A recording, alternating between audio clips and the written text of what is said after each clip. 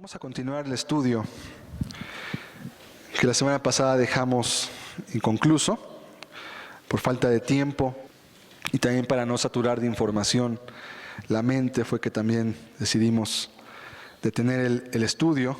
Había mucha información que recibir, que procesar, que entender, y a veces la mente también se cansa, se siente agotada cuando recibe mucha información y no es capaz a veces de poderla procesar por completo. Estuvimos viendo los pretextos que utilizan las personas que tienen un contexto religioso para justificar el por qué no quieren o no pueden dejar los pecados, no pueden arrepentirse, como la Escritura dice que debe de arrepentirse una persona. Estuvimos hablando acerca de algunas de las ideas más arraigadas que se tienen en el mundo evangélico, incluso, y también en la Iglesia Católica, cuestiones como el pecado original, el cual examinamos de una manera un poco profunda. Realmente no vimos todo lo que se puede hablar del pecado original, pero creo que vimos lo esencial, pudimos entender lo más importante con respecto a esta creencia y cómo es que afecta a la mente de una persona cuando la recibe, la cree y entonces empieza a compararla con su propia vida. También hablábamos acerca del pretexto de lo que es la carne, en el sentido de cuando se habla de que somos débiles porque somos de carne y que por esa causa entonces no podemos dejar el pecado porque la carne es muy débil. También hablamos, explicamos qué quiere decir bíblicamente el concepto carne y también explicábamos que no es ningún impedimento, al contrario, el cuerpo físico es un medio, es un instrumento para poder servir a Dios con eficacia. También hablamos de los demonios. Hoy en día es uno de los pretextos que se han puesto más de moda, el hablar acerca de los demonios como seres que nos impiden obedecer a Dios o incluso que nos llevan o nos obligan o nos hacen pecar, casi algunos dirían de manera involuntaria. Estudiamos cuál era la función de los demonios en la Escritura y que no pueden posesionarse de ninguna persona por su cuenta, y mucho menos de alguien que es cristiano, por supuesto, pues el que es de Cristo ha sido comprado por precio y la Biblia dice que el maligno no le toca. Entonces, vimos esos 3 puntos específicamente, y en esos 3 puntos nos quedamos, y fue eso lo que nos llevó al final de nuestra idea en este momento. 3 puntos.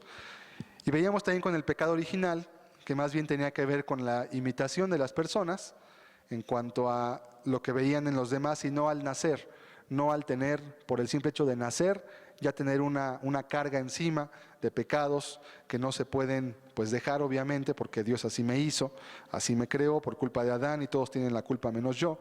Y bueno, entendíamos que no era cierto nada de esto porque contradice la Biblia y también porque la Biblia no sustenta una idea semejante cuando examinamos los textos que supuestamente se utilizaban para justificar esta doctrina. Veíamos que eran inadecuados, estaban escritos en un lenguaje muy distinto al que se pretendía hacer, o más bien con el cual se estaban leyendo, y por tanto era falsa la declaración. También se probaba falsa en la práctica, y lo más importante, Dios la prueba falsa a través de lo que la enseñanza de la Biblia nos puede mostrar. Hoy vamos a ver 3 últimos pretextos más. Repito, no son todos, pero son de los más comunes cuando la gente tiene ya un contexto religioso. Estaremos viéndolos y vamos a pedirle a Dios su ayuda, que así como la semana pasada nos asistió para poder entender bastantes cosas, hoy también podamos clarificar en nuestra mente muchas cuestiones que son importantes. Señor, te rogamos en esta mañana tu ayuda. Queremos pedirte que nos enseñes, que nos muestres que para obedecerte, Señor, no tenemos ninguna excusa y que además lo que tú nos pides es por amor, es por nuestro bien y es porque tú anhelas, Señor, que un día estemos contigo en tu presencia por la eternidad. Háblanos hoy, permítenos entender a la luz de tu palabra los pretextos que más comúnmente son interpuestos entre el hombre y su arrepentimiento, Señor. Por favor, háblanos, enséñanos y que tu Espíritu, Señor, que conoce toda carne y todo corazón, discierna la intención de cada uno para poder dar a entender a cada uno en su muy particular modo de vida lo que debe de hacer y lo que tú le pides. Te lo ruego en el nombre de Jesús, Señor. Amén. Hay otra doctrina No son doctrinas esto realmente, algunas sí como el pecado original, y algunas están tomando forma de doctrinas, y al rato van a salir ya como la doctrina de los demonios, la doctrina de la carne, la doctrina de, como la que estaremos viendo hoy, de que no podemos resistir el pecado. ¿Sí? Es otro pretexto más, que dice más bien que Dios no me ayuda a obedecerlo. Es decir, se supone o supone la persona que no es posible arrepentirse totalmente. Quiere decir, no puedo resistir el pecado. Y esto está ligado a otros conceptos como los que vimos la semana pasada. Si yo soy un ser de carne y mi carne es tentada, yo no soy lo suficientemente fuerte como para poder resistir el pecado. Entonces no tengo capacidad, no tengo la fortaleza, no soy suficientemente fuerte porque mi carne se hizo muy débil y yo ahora no puedo obedecer a Dios. Sin embargo, la Biblia nos muestra algo muy diferente, incluso después en Génesis, desde que el hombre cometió uno de los primeros pecados. Vamos a ver Génesis 4 y tenemos aquí el caso de un hombre llamado Caín. Usted lo ha de conocer. Caín fue un hombre que mató a su hermano, tuvo celos, y después de los celos, porque Dios recibió la ofrenda de uno pero no la del otro, Caín fue llevado por su ira y por sus celos a matar a su hermano. Y entonces en este texto Dios le está dando su maldición, o le está más bien explicando algunos conceptos a Caín. Dice, entonces Jehová dijo a Caín, ¿por qué te has ensañado? ¿Y por qué ha decaído tu semblante? O sea, ¿por qué te has ensañado contra tu hermano para matarlo? ¿Y por qué estás triste y por qué te sientes mal? Obviamente era una alusión a su conciencia. Cuando dice, ¿por qué ha decaído tu semblante? Se refiere a que cuando él hizo, se sintió muy mal.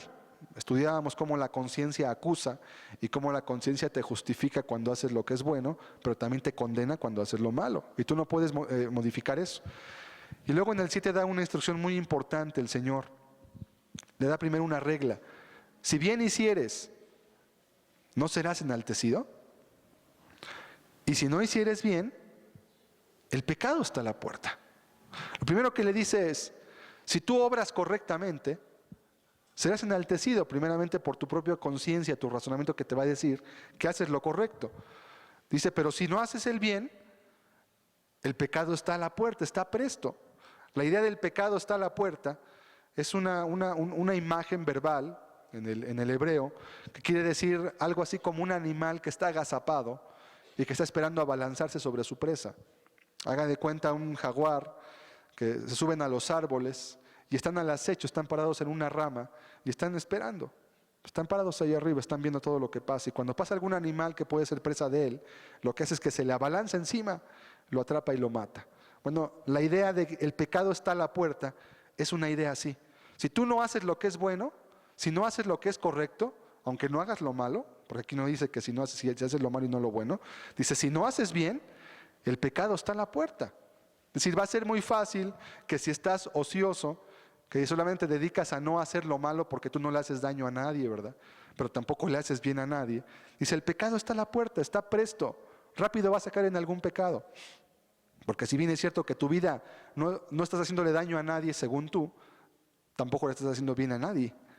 Aquí viene una regla muy clara, si no haces el bien, el pecado está a la puerta. Es decir, va a ser muy fácil que cometas un pecado porque tu vida no está ocupada en hacer lo que es bueno.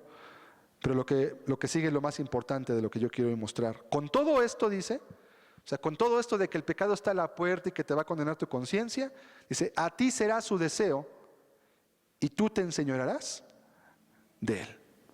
Con todo y que el pecado está agazapado y te busca atrapar, y recuerde que cuando habla de que el pecado es una bestia, un animal o algo, es una metáfora, es una representación, una personificación. El pecado, ya entendimos, estudiamos que el pecado era una acción voluntaria que cada uno comete cuando de su voluntad decide hacer lo que es malo, cuando sabe que está mal. ¿Sí? Entonces, con todo esto dice, a ti será su deseo. ¿Quiere decir eso? Con todo eso, tu deseo va a estar por encima del pecado. Es decir, siempre tendrás la oportunidad de decir no al pecado y tú te enseñorearás de él. ¿Qué es enseñorearse? Es tener autoridad, señorío sobre alguien. ¿De qué está hablando la Escritura en este texto? Del pecado. Le dijo Dios a Caín, tú te puedes enseñorear del pecado. siempre y cuando tú lo decidas. ¿Cuál es el problema? Que las personas, cuando no tienen una motivante correcta, fácilmente son llevadas a hacer lo que es malo. Y ya estudiamos eso.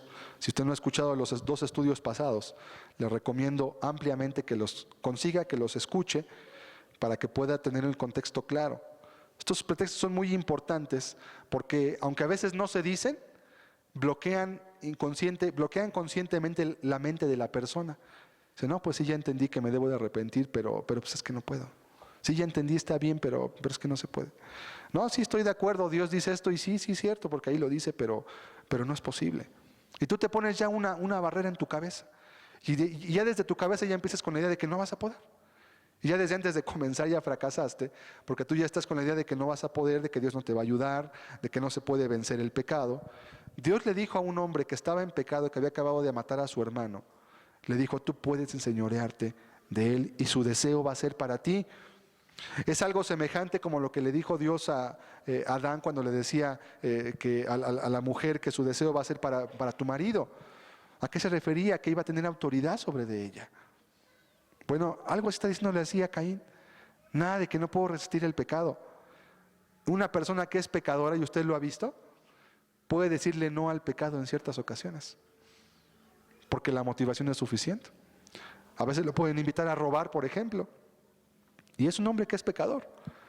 Pero si ese día tiene flojera y no tiene ganas, pues no voy. Y no lo hace. Entonces, ¿no se puede resistir el pecado? Pues claro. Lo que pasa es que la motivación es lo que falta usualmente. No voy, no quiero ir, no me interesa, o yo ya tengo mucho dinero, ¿para qué sigo robando? Pero si quiere puede seguir robando aunque no ocupe dinero.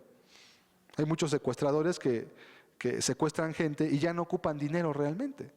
Ya tienen un montón de dinero escondido en muchas cuentas de banco, pero lo siguen haciendo porque les gusta hacer maldad, simplemente. Porque les gusta que la adrenalina corra en su cuerpo y el peligro y la humillación y etcétera, etcétera. Pero hay veces quien dice, pues yo ya no. Y lo dejas. Entonces, decir que el pecado no puede ser resistido es una falacia. Porque tú mismo lo haces y tú mismo escoges cometer ciertos pecados. ¿No es cierto que a lo mejor sí mientes, pero quizás no has matado a nadie? Bueno, ¿y por qué no has matado a nadie? Quizás ganas no te han faltado.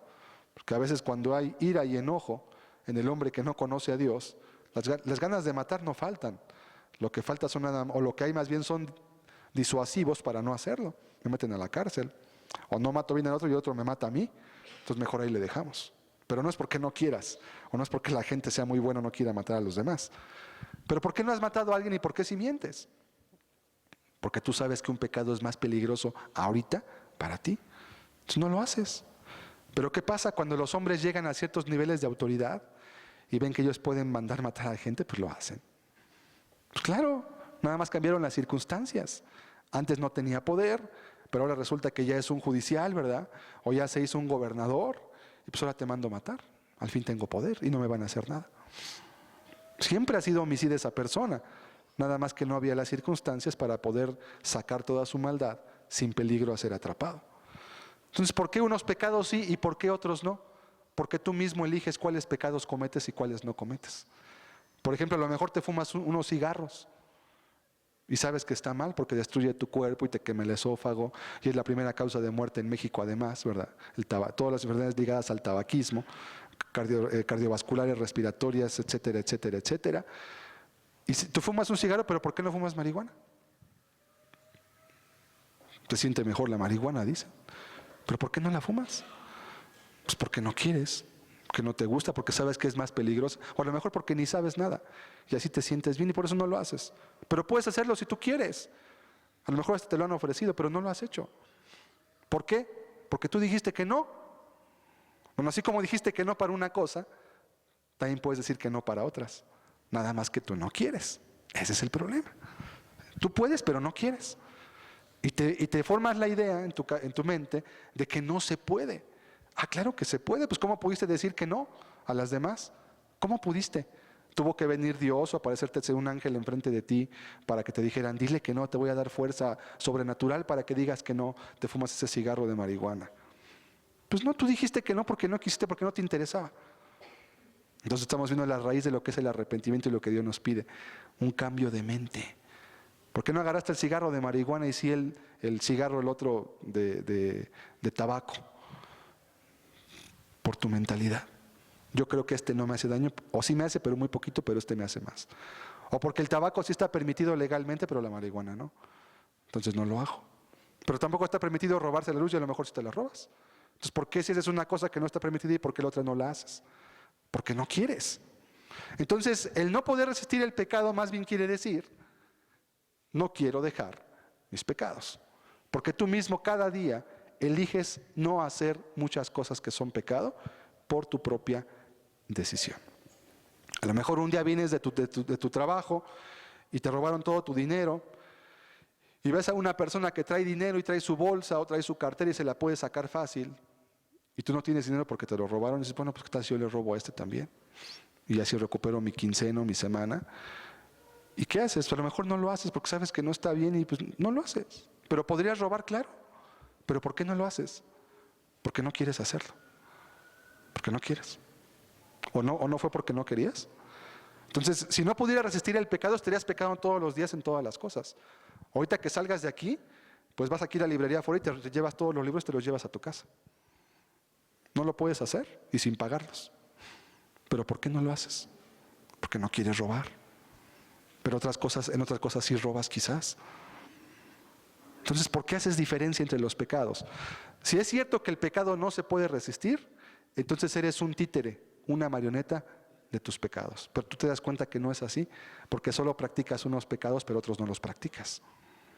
Porque tú elegiste cuáles te gustan y cuáles no te gustan. Es cuestión de decisión personal. Por eso Dios le pregunta a Caín, ¿por qué ha decaído tu semblante? O sea, ¿por qué te sientes mal? ¿Por qué te sientes mal de que mataste a tu hermano? Pues tú lo quisiste matar, ¿no? Es porque ahora no eres valiente para afrontar tu responsabilidad. Es lo que le está diciendo Dios a Caín. Lo está llevando a que razone. Si haces lo bueno, serás enaltecido por tu conciencia y por mí también. Pero si no haces lo bueno, o haces cualquier otra cosa que no sea hacer lo correcto, entonces romper las leyes de Dios está al alcance de cualquier persona. De ahí la importancia de cómo cuando Dios pide que te arrepientas, Él dice, deja de hacer lo malo, y luego dice, aprende a hacer lo bueno. Arrepentirse no es nada más meterme a mi casa y ya no meterme con pleitos con nadie. Ya no miento, ya no robo, ya no ofendo a mi prójimo, ya dejé de robar, está bien. Y ahora ¿a quién le haces el bien?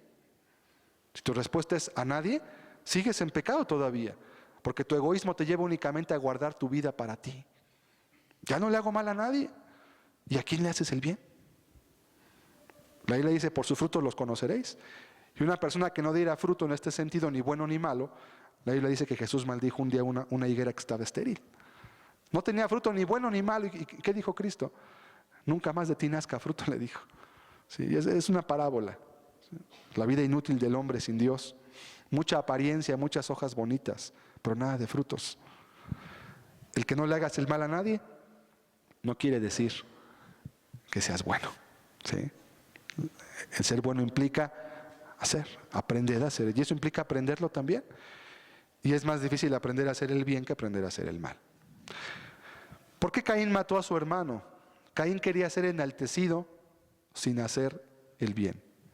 Caín quería que Dios recibiera su ofrenda y que lo bendijera sin obedecerle. Dice, pues yo estoy cumpliendo, yo te traigo mi ofrenda, Dios. Y Dios dijo, no hombre, entiende que no es la ofrenda. Yo no me voy a comer ese animal. Yo no voy a comerme tus granos, tus verduras que me vas a dar. Eso no es lo que yo estoy buscando. Lo que yo busco es tu actitud del corazón. ¿O Dios se come las ofrendas que le daban en el Antiguo Testamento? Pues no se quemaban. ¿Qué era lo que Dios buscaba de la gente? La actitud en su corazón. Caín quería, siendo un hombre malo, que Dios recibiera su ofrenda. La semana hago lo que quiero, pero el domingo vengo a alabar a Dios y vengo a decirle, Señor, te amo. Pues Dios no recibe la ofrenda. Dios lo que busca es tu vida, no la ofrenda de un día. Caín quería el cielo, o muchos hoy quieren el cielo, pero quieren un cielo sin Dios. Quieren un cielo donde haya placer, descanso, donde no haya muerte, donde no haya odio, pero no quieren a Dios. Ese lugar no existe. El cielo es cielo porque Dios está en él, no por el lugar en sí mismo. Las calles de oro que dice la Biblia y eso, lo hermoso del cielo no son las calles de oro, ni los mares de cristal, ni todo lo que dice, eso no es lo hermoso. Lo hermoso es la presencia de Dios que llena ese lugar. Y la presencia de Dios solamente puede ser manifestada o tenida por aquellos que guardan y que le obedecen. La Biblia dice, el Espíritu Santo Dios lo da a quienes le obedecen. Entonces Caín se enceló con su hermano porque Dios sí aceptó la ofrenda de su hermano Abel, pero la de él no la aceptó. Le dijo, espérate, tú quieres la honra que tiene tu hermano, pero tus obras no son como las de tu hermano. Pues, ¿cómo está eso? No se puede. No se puede. La insensatez del hombre tuerce su camino, dice un proverbio, y luego contra Jehová se irrita su corazón. ¿Qué significa esto? La insensatez de tus decisiones te hace estar padeciendo hoy cosas, pero cuando ya están las consecuencias, es fácil decir, es que Dios no me ayudó. ¿Y tú cuándo te acercaste a Dios? Es que Dios no me cuidó, es que Dios no me protegió. ¿Y tú cuándo le has servido a Dios? ¿O que Dios es un servidor para que le tronemos los dedos? Le digamos, Dios cuídame, Dios bendíceme, Dios multiplica mi negocio, Dios cuídame de la enfermedad, Dios cuida a mi familia. Oye, ¿quién es Dios entonces?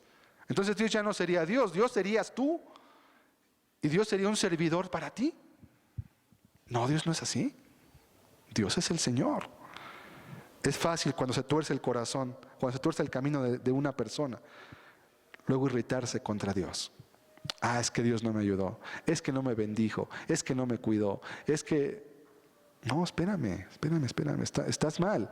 Si hicieres bien, serás enaltecido. Pero si no haces el bien, el pecado está a la puerta. Es una ley y tienes que entenderlo. Entonces el pecado, sí quiere, sí se puede dejar y te puedes negar a él. Tú te puedes negar.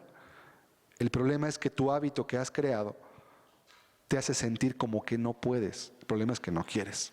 No hay motivación correcta para todo ello. Ok, entonces decir que el pecado no se puede dejar es una falacia. Porque todos los seres humanos, cada día, dejan ciertos pecados. Y yo les puse el ejemplo cuando hablábamos de los pretextos seculares. Si una persona siempre está maldiciendo, ¿verdad? Y de cada 10 palabras que habla, 11 son groserías, que hay mucha gente que así habla. El día que está enfrente de su patrón en el trabajo, te apuesto que no se le sale ni una sola majadería, a menos que el patrón sea igual que él, por supuesto. ¿Por qué? ¿Por qué pudo controlar su lengua de manera mágica? Porque no le conviene ahí hablar como habla siempre. Entonces le cambia. Ahí tenemos el ejemplo del ilustre gobernador de Puebla, ¿verdad? ¿Cómo hablaba cuando nadie lo estaba viendo? Ahí puedes oír lo que es realmente él. Pero cuando está en público y va a hablar ante el pueblo, ahí es muy correcto, es muy adecuado, habla palabras adecuadas. ¿Qué pasó? ¿Es maldiciente el Señor? Claro, es un maldiciente. Pero ¿por qué no habla maldiciones todos los días, a todas horas? Porque está controlando sus pecados. Dice, no, aquí no me conviene, aquí voy a hablar bien. Y así como eso se puede controlar cualquier pecado. ¿Sí? Si eres una persona adúltera, puedes dejar tu adulterio. Si eres una persona ladrona, puedes dejar de robar. Si eres alguien mentiroso, puedes dejar de mentir. Si eres una persona que ama el mundo, que ama el televisor, la inmundicia tuya y pasa por todos lados, tú puedes dejar todo eso. El problema es que no quieres. ¿Sí entendemos? Porque tú lo controlas. Tú lo controlas a tu antojo. Dios le dijo a Caín, a ti será su deseo y tú te enseñorearás sobre tus propios pecados. Nadie te va a obligar a pecar. Nadie te puede obligar a que tú hagas algo en contra de tu voluntad. Nunca, y menos ofenderme a mí, es lo que le está diciendo Dios a Caín. De otra manera, nunca te voy a enaltecer. Y tenemos ejemplos en la Biblia. José prefirió la cárcel y el desprecio antes de pecar en contra de Dios y de su amo. Él escogió no pecar y le costó caro. Hay un precio por hacer lo que es justo, si es cierto. José lo prefirió pagar. Nada de que no se puede. Daniel prefirió ser echado al foso de unos leones hambrientos antes que adorar lo que no es Dios y cometer el pecado de idolatría o dejar de adorar a su Dios. Él prefirió. Él podía haber dejado de orar nada más porque por eso lo aventaron. Todo el que no ore al rey Nabucodonosor en espacio de 3 días y que adore otro Dios va a ser echado a un foso de leones, lo van a matar. Método bastante cruel de matar a una persona, pero así era en la antigüedad. Y Daniel abrió sus ventanas para que todos vieran y se puso a orar. Yo no me avergüenzo de Dios, eso fue lo que dijo. Ahí se puso a orar enfrente de todos. Y lo aventaron, y él, como los 3 de Babilonia, dijo, pues Dios me puede librar de los leones, pero si no me libra, de todos modos yo voy a seguir adorando a Dios. Ya Dios sabrá sus motivantes. ¿Sí? Entonces, vamos a ver Santiago 4:7, para ver cómo sí se puede dejar el pecado. Nada de que el pecado es irresistible. Someteos pues a Dios, dice este texto. Resistid al diablo y huirá de vosotros. Esto es muy claro, este texto, porque hay una promesa o una consecuencia. Satanás va a huir. Huir quiere decir que no va a ponerte más, no va a estar en tu mente una batalla constante, pero vienen 2 condiciones. La primera es sométete a Dios. Es la primera y es la que usualmente no se quiere hacer. Sométele tu vida a Dios. Entrégale tu vida a Cristo. Ya deja de ser tú lo que tú quieres ser. Número 2, resiste al diablo porque no es mágico. No porque digas, Dios, te entrego mi vida, ya mágicamente se van a acabar todos tus pecados y vas a salir de aquí y ya no vas a sentir ninguna tentación. O sea, eso nunca va a pasar. Resiste al diablo y la consecuencia es, va a huir de ti. ¿Se puede o no dejar el pecado? Pues aquí lo dice. No que el diablo me lleva, me incita a la tentación, la carne. Todo eso está bien. Sí es cierto, hay tentaciones, la Biblia lo enseña. Pero también la Biblia dice que cuando una persona se somete a Dios y quiere obedecer a Dios y resiste al diablo, ¿qué es resistir? Es negarse. Jesús dijo, si alguno quiere ser mi discípulo, níguese a sí mismo. Eso es resistir al diablo.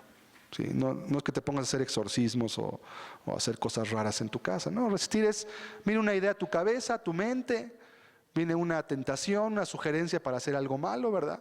Engaña a esta persona, miéntele, róbale su dinero, no perdones a esta persona, amárgate contra ella, deséale lo malo. Sí, tentaciones. ¿Qué te dice aquí la Biblia que hagas? Resístelo. Pero antes sométete a Dios, porque si no te sometes a Dios y tú quieres resistir al diablo por tu propia cuenta, te vas a dar cuenta que Satanás no solamente es más poderoso y más inteligente que tú, además es muy perverso y más astuto. Entonces tú solo contra él no puedes. No puedes. Sí. Algunos no sé cómo viven realmente. Están contra el diablo luchando, queriendo dejar el pecado, pero aparte están resistiendo a Dios también, porque no se quieren entregar a Él, no le quieren entregar su vida. Y aparte están luchando contra sus propios deseos. ¿Cómo le hacen? Contra mis deseos, contra Dios al que no quiero obedecer y contra el diablo para dejar de pecar. Fracaso asegurado. Sí, el que no se pueda dejar de pecar no es de que no se pueda, es de que no haces lo que Dios te dice. Sométete a Dios, resiste al diablo y va a huir de ti. Es una instrucción clara para poder hacer todo ello. Ok, creo que con esta queda claro que el pecado sí se puede resistir y no solo eso, se puede dejar de hacer.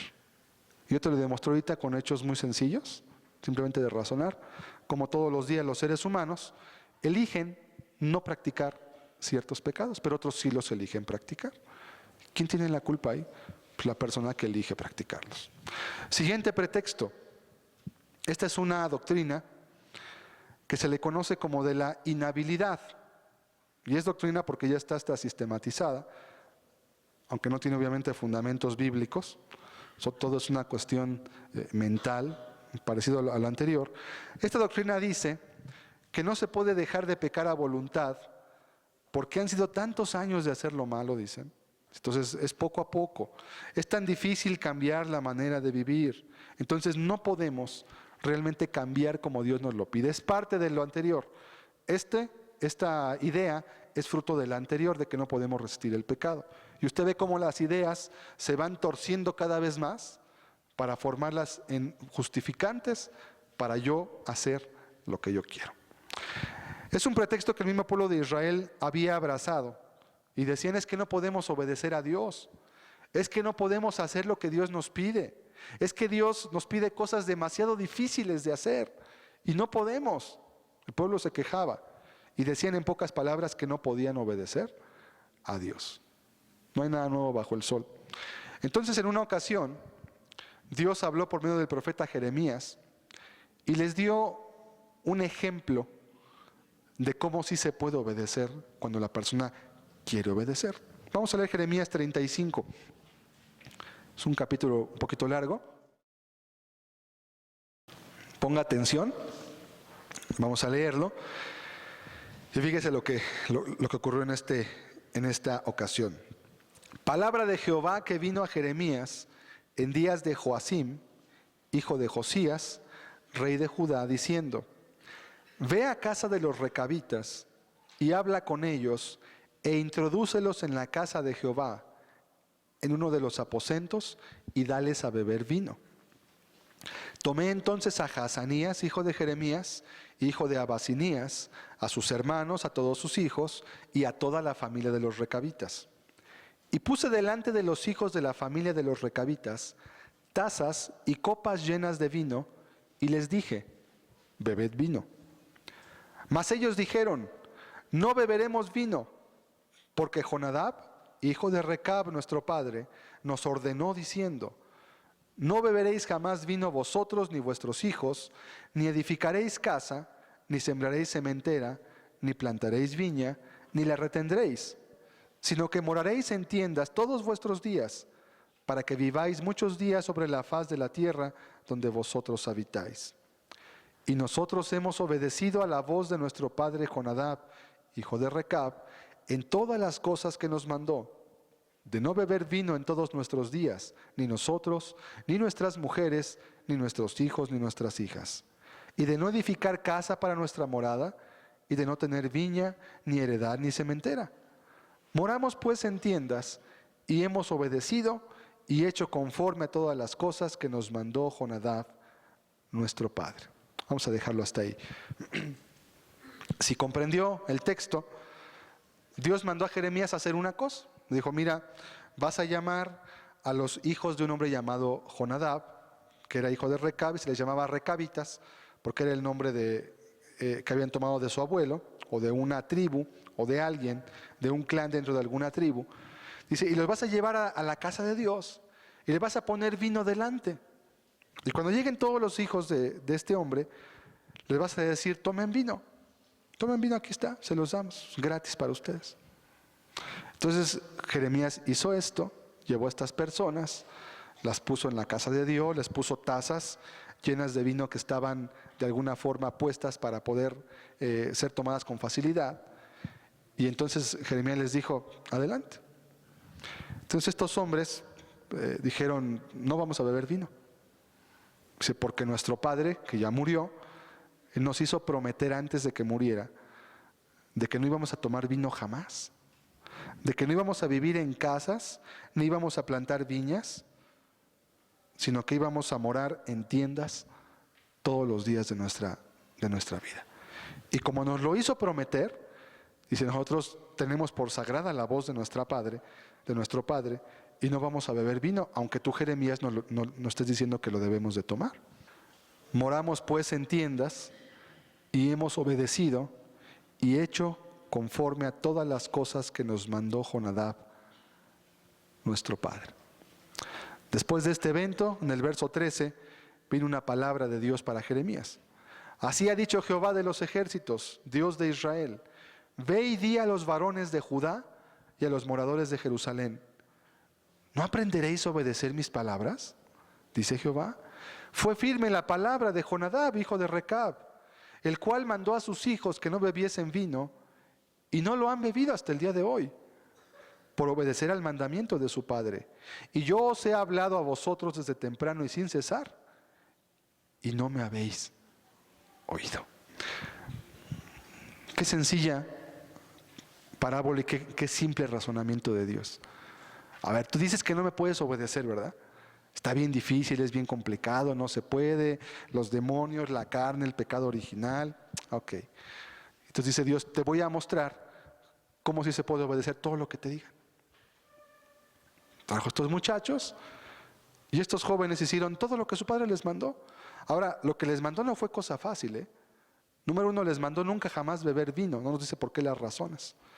Y el vino, repito, no era como hoy, una sustancia alcohólica destilada, el jugo de uva fermentado, que se tomaba por razones higiénicas. En aquellos tiempos no había agua purificada en cada esquina como hoy hay. La gente enfermaba y moría muy comúnmente de gastroenteritis y de enfermedades ligadas al estómago, porque el agua era insalubre, era sucia. O sea, el vino era más bien era una cuestión de salud y de higiene, más que de emborracharse. Bueno, Jonadab le dijo a estos hombres: ustedes no van a tomar vino, no van a edificar cementera, no van a morar en casas, no van a tener heredad, ni nada. Van a vivir en tiendas todos los días de su vida. Y lo hicieron, porque la sagrada voz de su padre se los mandó. Pero ¿cómo deshonraremos a nuestro padre que nos pidió que hagamos tales cosas y no las hagamos? ¿Cómo honraríamos entonces a nuestro padre que ya murió, no nos ve, pero nos dejó un encargo antes de morir? Dice, bueno, estos jóvenes obedecieron. Y yo que soy Dios, y yo que te veo todos los días, y yo que sé lo que haces, y que te he mandado constantemente por profetas día y noche sin cesar mi palabra, para que lo obedezcas, no lo obedeces. ¿Qué les está mostrando Dios? Ustedes no obedecen porque no quieren obedecer. Vale más la palabra de un hombre que la palabra de Dios. Hay quien hoy, como en este ejemplo, porque su padre o su madre les manda como última voluntad antes de morir a hacer algo, lo hacen. Y el padre ya no está y la madre ya está muerta. Ya no los ven. Pero en respeto a la memoria de su padre o de su madre, cumplen su voluntad. Y podrían bien no hacerlo. ¿Quién les va a hacer algo? Entonces, cuando una persona dice que no puede obedecer a Dios, lo que está haciendo es faltar el respeto a Dios, específicamente. No respetas la palabra de Dios. O sea, Dios te dice que te arrepientas, que dejes tus pecados, que ames a tu prójimo, que lo sirvas, que lo busques, que le entregues tu vida, y tú no lo haces. ¿Por qué no quieres? Porque no tienes ganas, porque no tienes tiempo, porque según tú está complicado. ¿Qué pasó? No es cierto. Sí se puede, es posible, está a tu alcance, pero no quieres hacerlo. Y también lo que mostró aquí Dios es que se puede obedecer a voluntad. Muchas cosas en nuestra vida, aunque no sean gravosas, difíciles o dificultosas. Tu patrón te dice, ¿me vas a llegar a esta hora? Y ves cómo le haces, pero llegas. ¿Ves cómo le haces? Ves si te desvelas, te levantas a las 4 de la mañana, pero tú llegas temprano. Porque si no te van a descontar. Motivación, ¿verdad? Motivación. Si te dijeran, es que está muy difícil obedecer a Dios. Si te dijeran, te vamos a dar un trabajo en una empresa transnacional, pero te vas a ir a vivir a las Islas Filipinas, a otro lado del mundo, pero te vamos a pagar 150,000 pesos mensuales, seguros, más tus comisiones, pero tienes que irte mañana mismo para allá. ¿Estás seguro del trabajo? Aquí está el contrato, fírmalo, te pagamos todo. Mira, yo no sé tú qué harías, dejarías todo, muchas cosas dejarías, para irte a agarrar un trabajo así. Y lo harías, mira, al instante. Porque hay motivación. Como dicen por ahí en un dicho popular, el interés tiene pies, ¿verdad? Cuando tienes tú un interés de algo, mueves las cosas, ves cómo le haces, ves qué te niegas, ves qué dejas, ves qué cancelas, no importa, pero lo haces porque te conviene. Mueves todo, preparas tu maleta, aunque tengas flojera, preparas tu maleta. Es más, aunque estuvieras enfermo, yo te apuesto, yo no sé qué te tomas, qué haces, pero te vas así enfermo a firmar el contrato porque es una oportunidad única. ¿No puedes obedecer a Dios? Claro que puedes. Hay que ser mejor, hay que reconocer la responsabilidad y decir, lo que pasa es que no quiero. Lo que pasa es que me gusta mucho mi pecado. Lo que pasa es que me siento muy bien según yo así y no me importa lo que me diga Dios. Es la verdad. Es la verdad. ¿O hay otra justificante? Es que sí quiero, pero no puedo. Es que de veras yo anhelo a Dios obedecerlo, pero Dios sabe que soy débil. Dios sabe que no quieres obedecer. Aquí te lo está demostrando la Escritura. Dios sabe que tú puedes, pero no quieres. Si tú eres un estudiante, tu maestro te pide tarea, te pide que estudies, te da advertencias. Y si valoras el estudio y si valoras la preparación académica, te vas a quemar las pestañas para hacer tus tareas y para llegar a tiempo y para exponer cuando tengas que exponer. Y tú ves cómo le haces si valoras el estudio. Si para ti el estudio no vale un cacahuate, lo vas a botar. Igual que pasa con Dios. Si a ti Dios no te interesa, no te importa lo que dice, vas a hacer lo que tú quieras y vas a hacer con tu vida lo que tú quieras. Eso es lo mismo, ¿sí? De tus padres, el último deseo, como ahorita lo comenté. El gobierno te dice, págame impuestos, te voy a meter a la cárcel. Muchos dicen, pues mejor lo pago. Sí, podría no pagarlo, pero la cárcel, mejor lo pago. Hay motivante, ¿verdad? Parece más bien que en este mundo el dinero es como un dios, porque el dinero sí motiva a mucha gente a hacer muchas cosas, difíciles y complicadas. Y hay gente que incluso, como en el ejemplo que te dije, de irte a Filipinas a trabajar. Filipinas está a 18 horas en avión, ¿sí? De aquí. Hay gente que puede votar la familia, puede votar los hijos, puede votar su matrimonio para irse a ganar una la nota. Yo lo he visto y tú lo has visto con tus ojos. El interés tiene pies. Pero si Dios me pide que deje mis pecados y mi marido me dice, ya no te voy a querer porque ya no vienes conmigo a fumarte la marihuana. No, es que no quiero tener problemas con mi marido en mi casa. Mejor dejo de buscar a Dios. Eso es hipocresía, ¿sí? Porque para una cosa sí tenías valor y para otra no tuviste valor porque no te interesaba. Es la verdad. ¿O hay otra respuesta? Si estás enamorado de alguien con quien te vas a casar, le cumple sus deseos. Por más tontos que puedan parecer cuando tú amas a alguien, le cumple sus deseos. Nada más porque lo estimas y porque lo aprecias.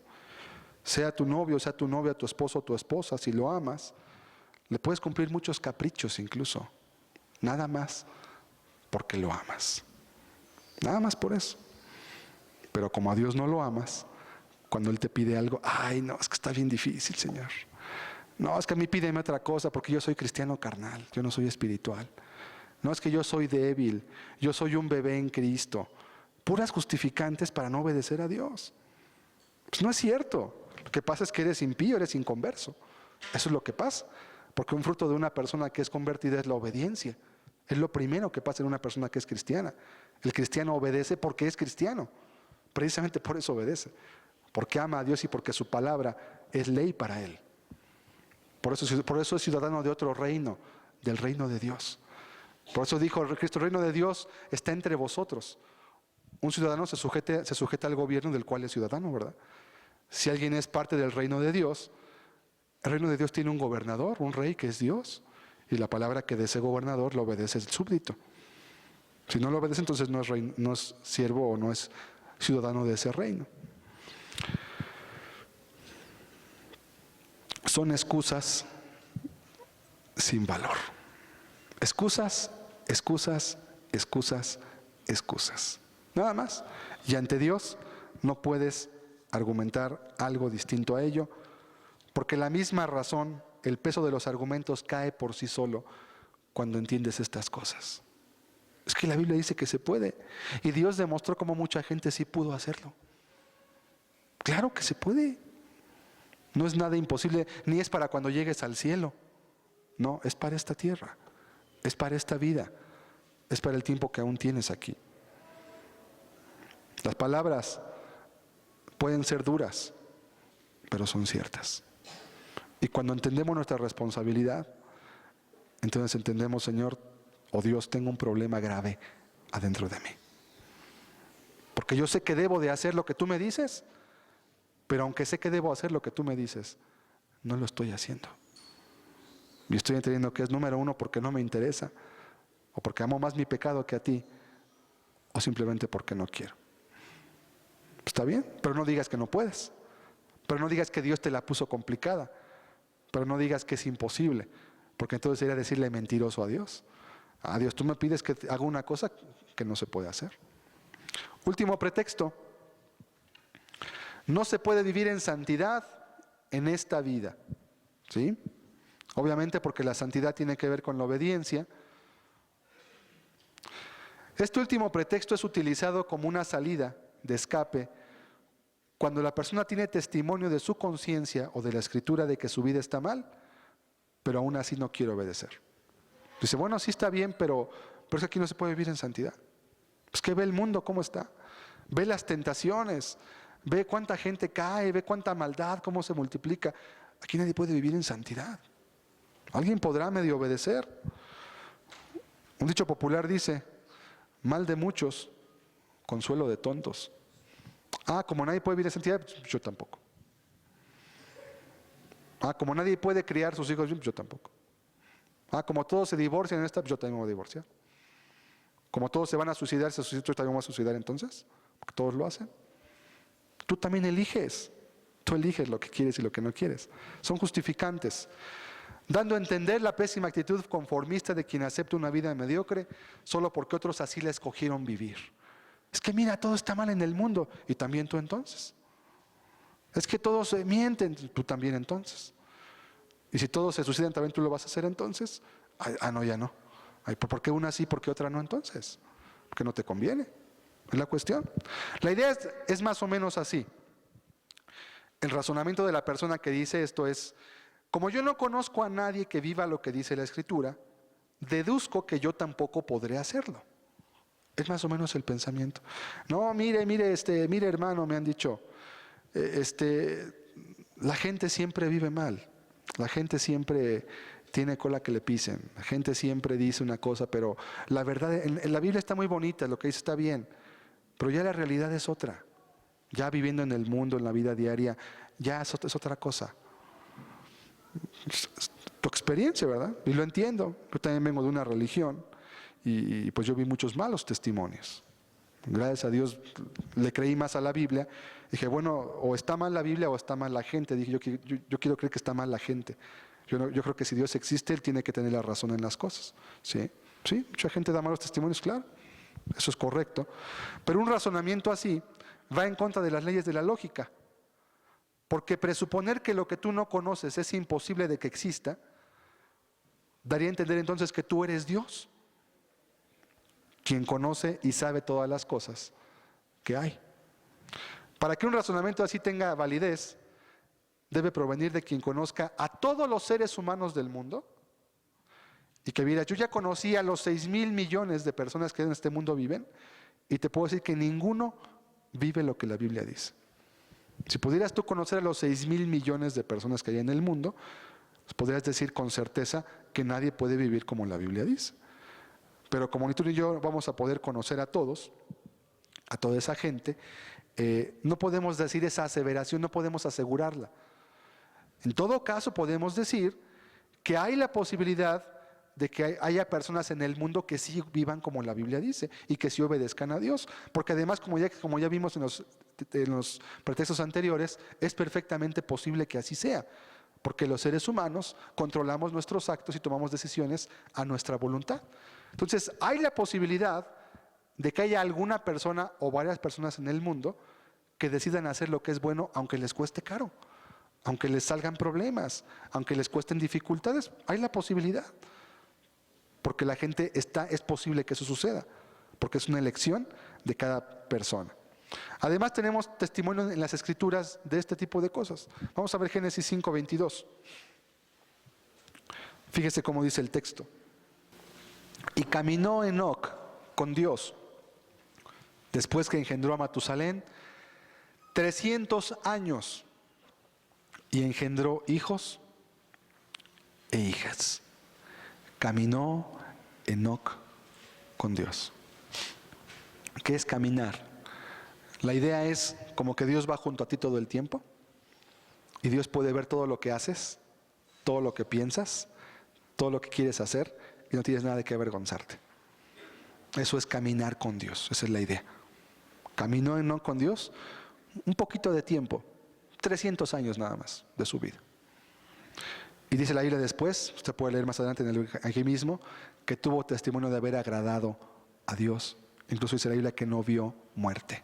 Fue el único hombre junto con Elías que no palparon la muerte a la manera de los demás hombres. ¿Hay quien pueda caminar con Dios? Ahí está Enoc, un hombre que tuvo testimonio de haber agradado a Dios. Génesis 6:9. Estas son las generaciones de Noé. Noé, varón justo, era perfecto en sus generaciones.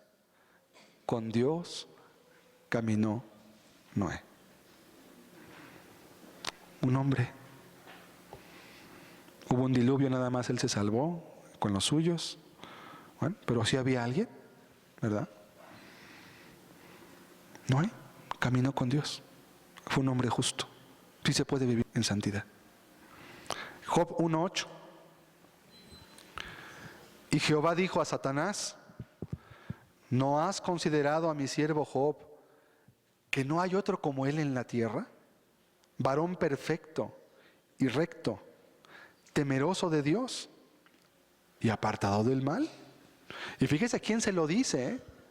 A Satanás, que usualmente sabe de qué pie cojea la gente, usualmente sabe cuáles son sus pecados, conoce su vida. Y Dios le dijo a Satanás: mira, ¿no has visto a mi siervo Job? No hay nadie como él en la tierra, varón perfecto y recto, temeroso de Dios y apartado del mal. Y no lo dijo el pastor, lo dijo Dios, que conoce el corazón, que ve las intenciones, que prueba los pensamientos. Él dijo: no hay varón como Job, justo, perfecto y recto, temeroso de Dios y apartado del mal. Y si tú lees la vida de Job, que él mismo describe aquí en su libro, te quedas boquiabierto de ver la justicia que había en este hombre. Era amparador de viudas, de huérfanos, defensor de viudas, de huérfanos, un hombre íntegro, recto, un hombre que guardaba su matrimonio, que guardaba a sus hijos. Job, si tú dices no se puede vivir en santidad, Job el día del juicio te va a decir: mentiroso, sí se podía, sí se podía, y tú dijiste que no, porque tú no querías. Sí se podía, claro que sí. Esto es antes de Cristo. Sin Cristo, sin cruz, sin la gracia que hoy hay disponible para obedecer la Escritura. Vamos a ver Lucas 2:25, Nuevo Testamento. Y hay más ejemplos, no podemos aquí ver todos. Y he aquí había en Jerusalén un hombre llamado Simeón. Y este hombre justo y piadoso esperaba la consolación de Israel, y el Espíritu Santo estaba sobre él. Fíjese, Simeón, un anciano. Todavía Jesús no venía a la tierra a morir, apenas había nacido.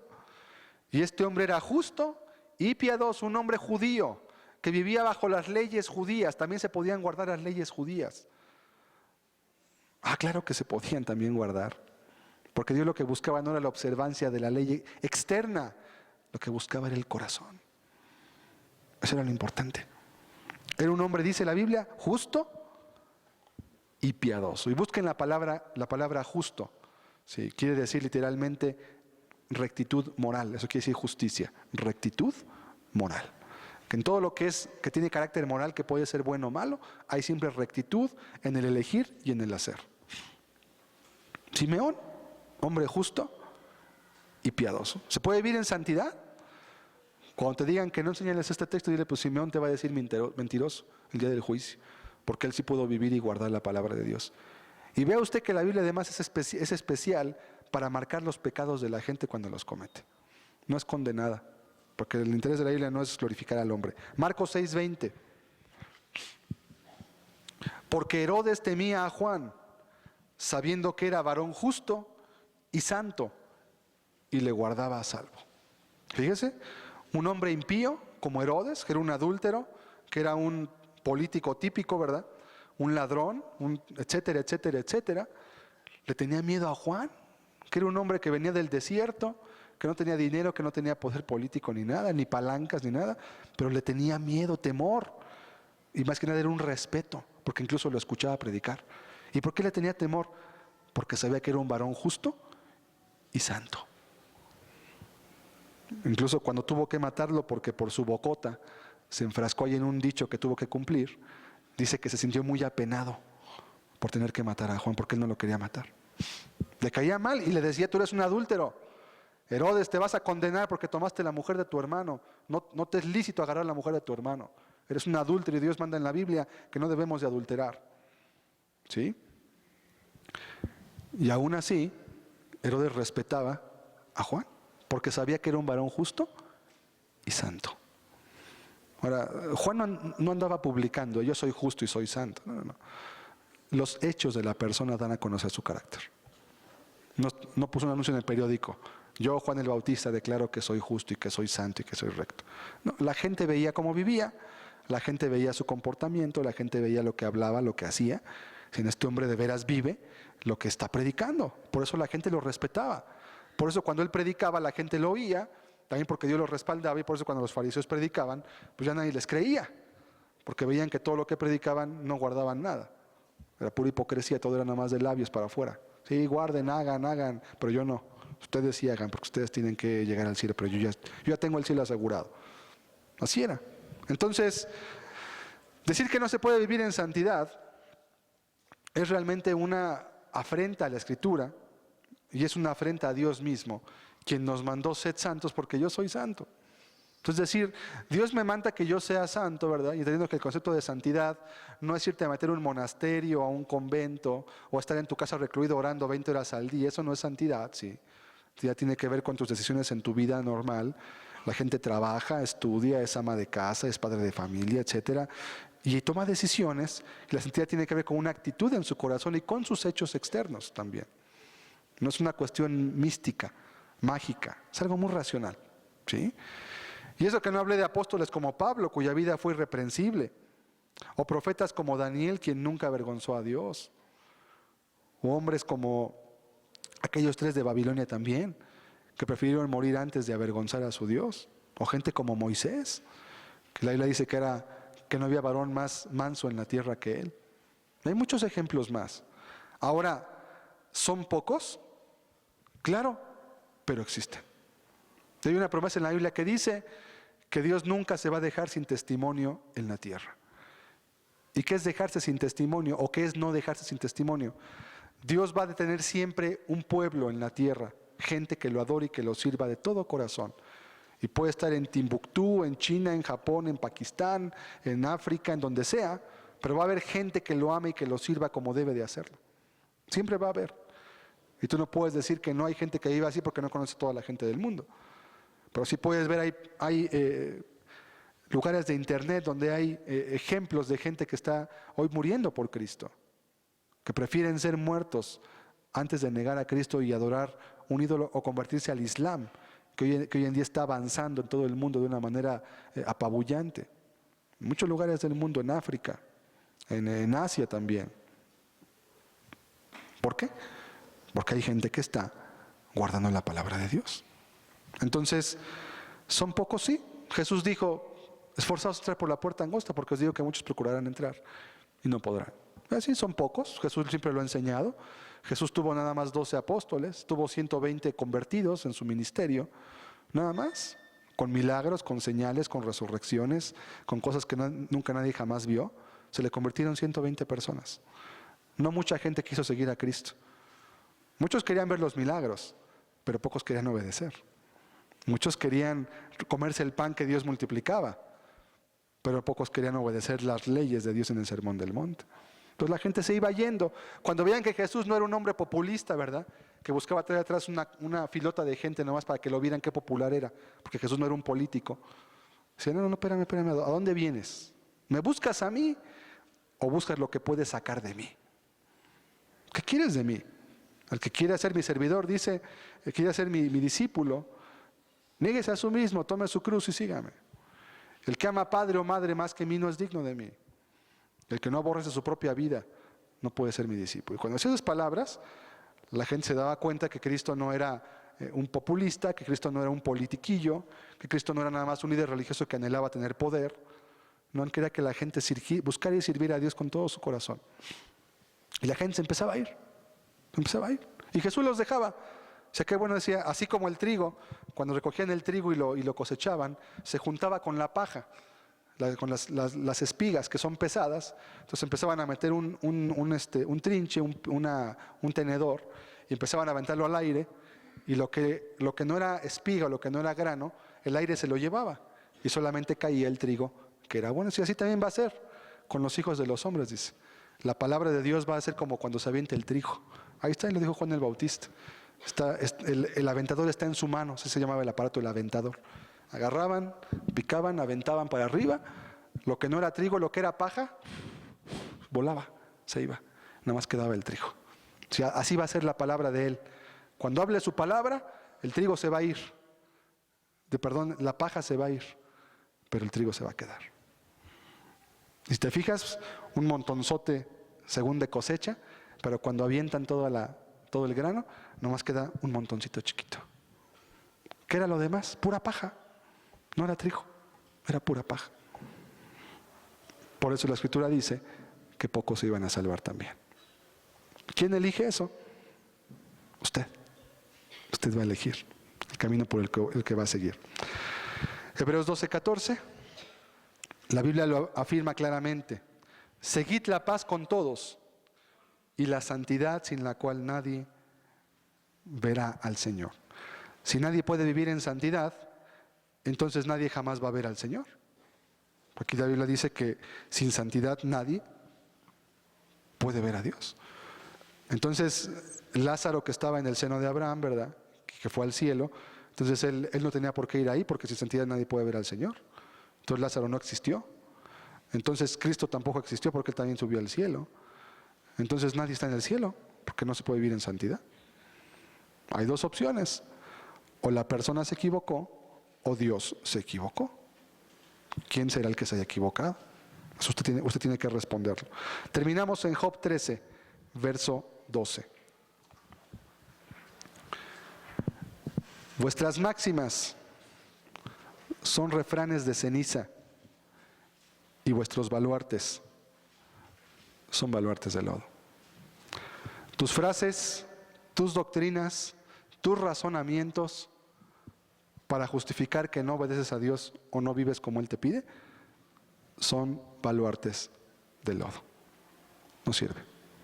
Tus mejores dichos, tu mejor filosofía humana, ¿verdad?, el mejor filósofo, son máximas de ceniza.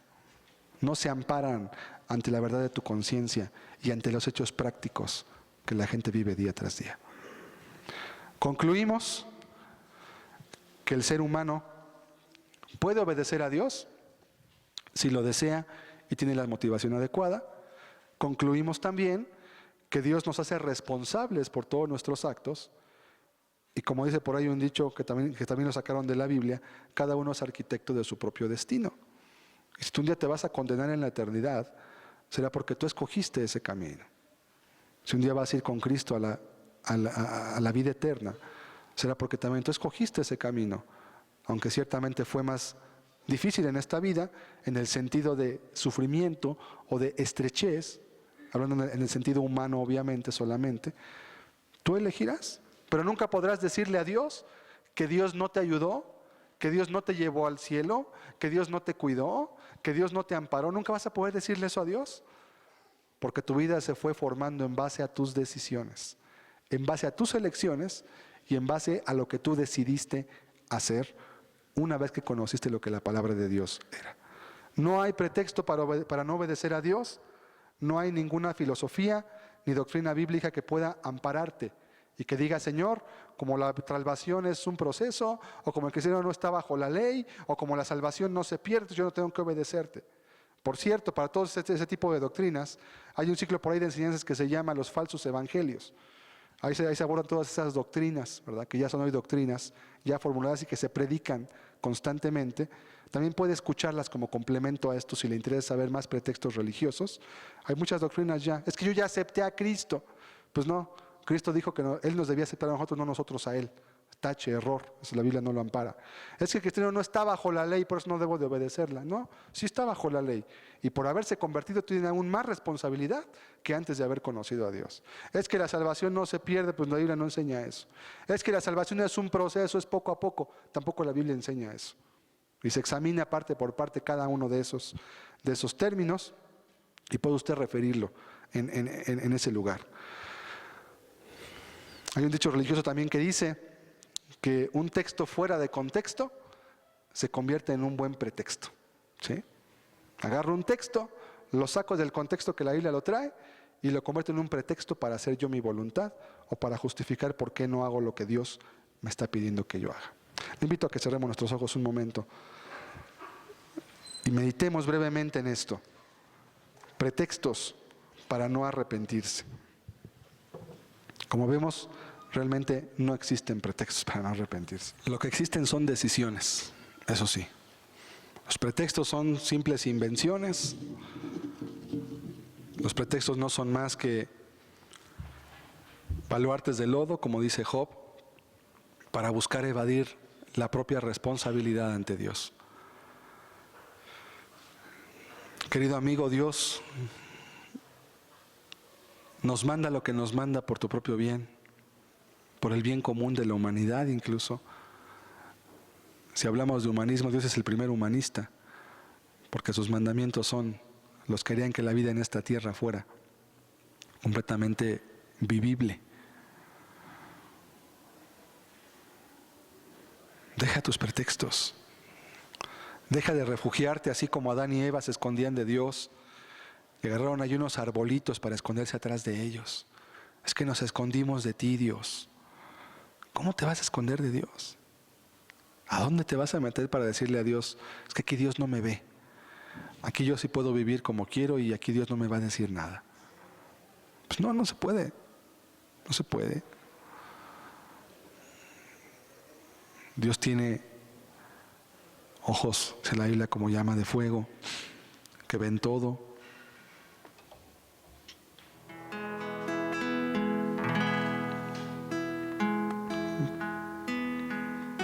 ¿Por qué no entregas tu vida a Cristo y guardas su palabra? ¿Qué te lo puede impedir? ¿Ocupar a Dios nuestras alabanzas para ser feliz? La Biblia dice que hay millones de ángeles que lo alaban y que lo adoran de manera voluntaria. Él solo nos da la oportunidad de poder conocerlo y servirlo, porque nos ama y lo ha demostrado con hechos, no con palabras. Si te convirtieres, yo te restauraré y delante de mí estarás, y delante de mí estarás. Y si entre sacares lo precioso de lo vil, serás como mi boca, serás como mi boca. Si te convirtieres, yo te restauraré y delante de mí estarás, y delante de mí estarás. Y si entre sacares lo precioso de lo vil, serás como mi boca, serás como mi boca.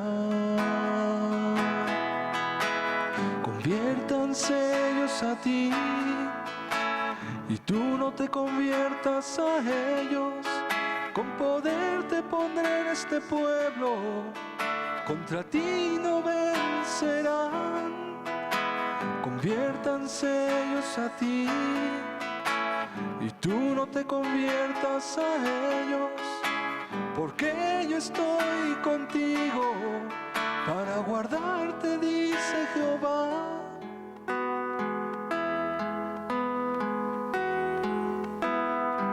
Si te convirtieres, yo te restauraré y delante de mí estarás, y delante de mí estarás. Y si entre sacares lo precioso de lo vil, serás como mi boca, serás como mi boca. Conviértanse ellos a ti y tú no te conviertas a ellos. Con poder te pondré en este pueblo, contra ti no vencerán. Conviértanse ellos a ti y tú no te conviertas a ellos, porque yo estoy contigo para guardarte, dice Jehová.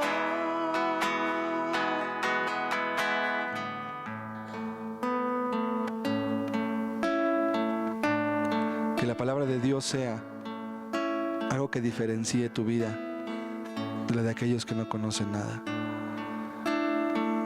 que puedas demostrar por tu vida precisamente que has conocido a un Dios que está vivo. Cristo no es una religión, recuérdalo. Cristo no es una agrupación. Cristo no es un hombre. Cristo es Dios. Y Él habita en el corazón de aquellos que le guardan su palabra, en aquellos que toman decisiones para servirlo como Rey.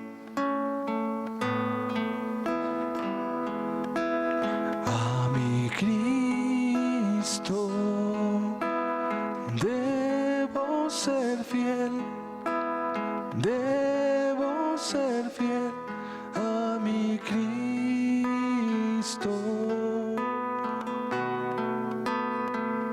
Como un soldado debo ser fiel, debo ser fiel como un soldado.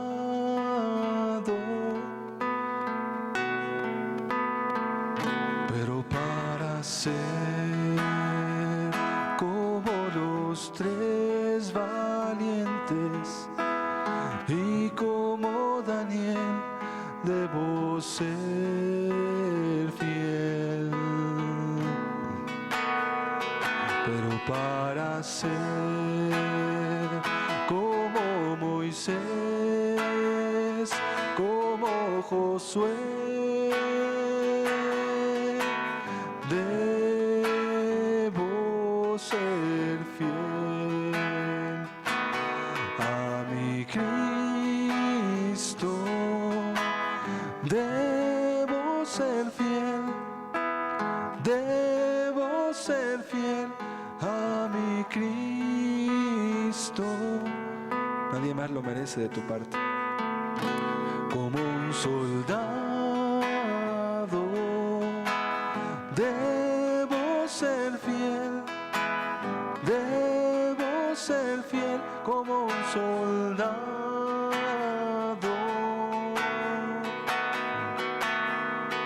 Pero para ser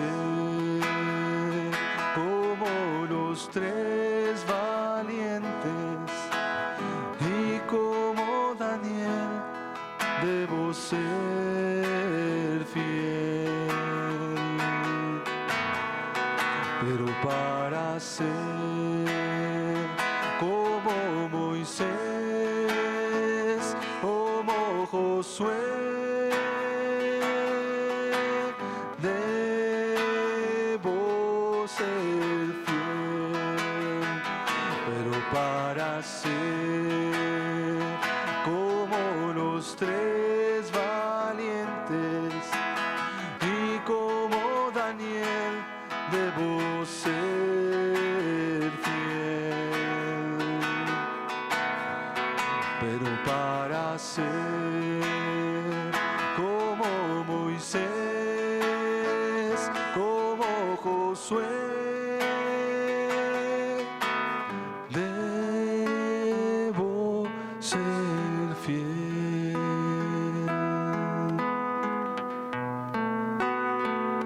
Pero para ser como los tres valientes y como Daniel, debo ser fiel. Eso es lo que Dios pide. Pero para ser como Moisés, como Josué, debo ser fiel.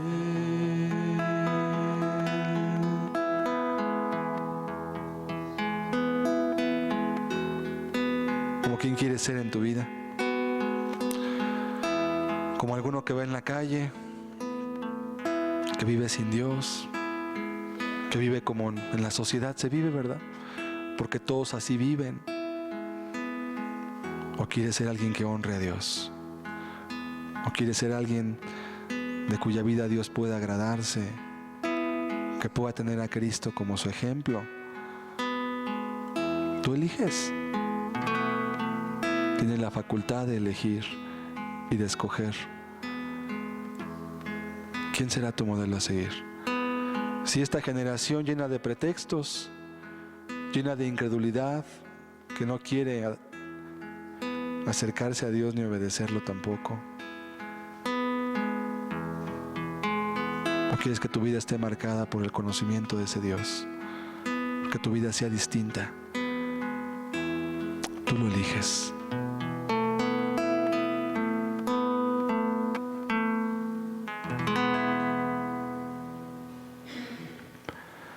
Muchas gracias, Señor Jesucristo. Gracias por tu palabra.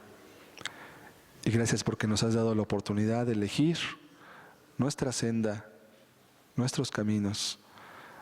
Porque nos has dado completa libertad, Señor, para poder hacer lo bueno, lo malo. Y nos instruyes para saber qué es lo que debemos hacer y lo que es bueno y agradable delante de tus ojos. Te damos hoy muchas gracias en el nombre de Jesucristo. Amén.